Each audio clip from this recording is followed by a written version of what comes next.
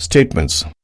Statements in C# are single entities that cause a change in the program's current state.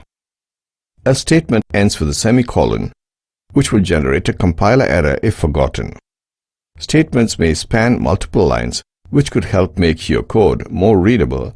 Decision-making structures require that the programmer specify one or more conditions to be evaluated or tested by the program, along with a statement or statements to be executed if the condition is determined to be true, and optionally, other statements to be executed if the condition is determined to be false.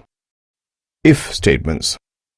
In C#, if statements allow evaluation of an expression, and depending on the truth of the evaluation, their capability to branch to a specified sequence of logic.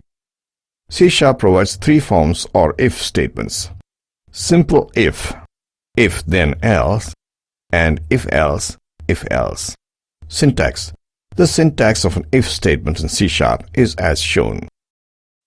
If-else statement. The simple if statement guarantees you can only perform certain actions on a true condition. It's either done or it's not. To handle both the true and false conditions, use the if-then-else statement. The syntax of an if-else statement in C# is as shown. The if, else if, else statement.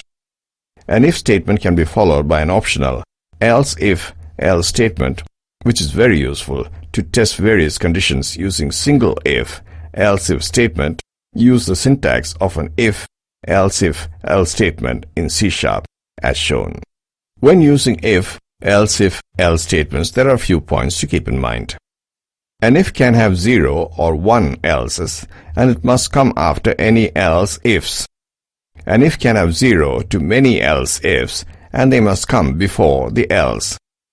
Once an else if succeeds, none of the remaining else ifs or elses will be tested. Nested if statements. In C#, it is always legal to nest if-else statements, which means you can use one if or else if statement inside another if or else if statements. You can nest else if, else in the similar way as you've nested if statement. The syntax for a nested if statement is as shown. Switch statement. When there are many conditions to evaluate, the if-else if-else statement can become complex and verbose.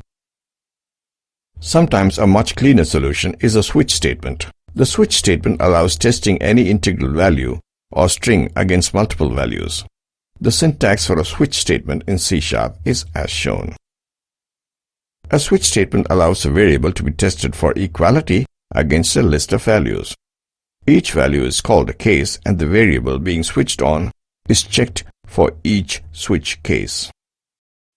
The following rules apply to a switch statement. The expression used in a switch statement must have an integral or enumerated type, or be of a class type in which the class has a single conversion function to an integral or enumerated type. You can have any number of case statements within a switch. Each case is followed by the value to be compared to and a colon. The constant expression for a case must be the same data type as the variable in the switch, and it must be a constant or a literal. When the variable being switched on is equal to a case, the statements following that case will execute until break statement is reached. When a break statement is reached, the switch terminates and the flow of control jumps to the next line following the switch statement. Not every case needs to contain a break. If no break appears, the flow of control will fall through to subsequent cases until a break is reached. A switch statement can have an optional default case, which must appear at the end of the switch. The default case can be used for performing a task when none of the cases is true. No break is needed in the default case. Nested switch statement. It is possible to have a switch as part of a statement sequence of an outdoor switch. The syntax for the nested switch statement is as shown. Even if the case constants of the inner and outer switch contain common values, no conflicts will arise.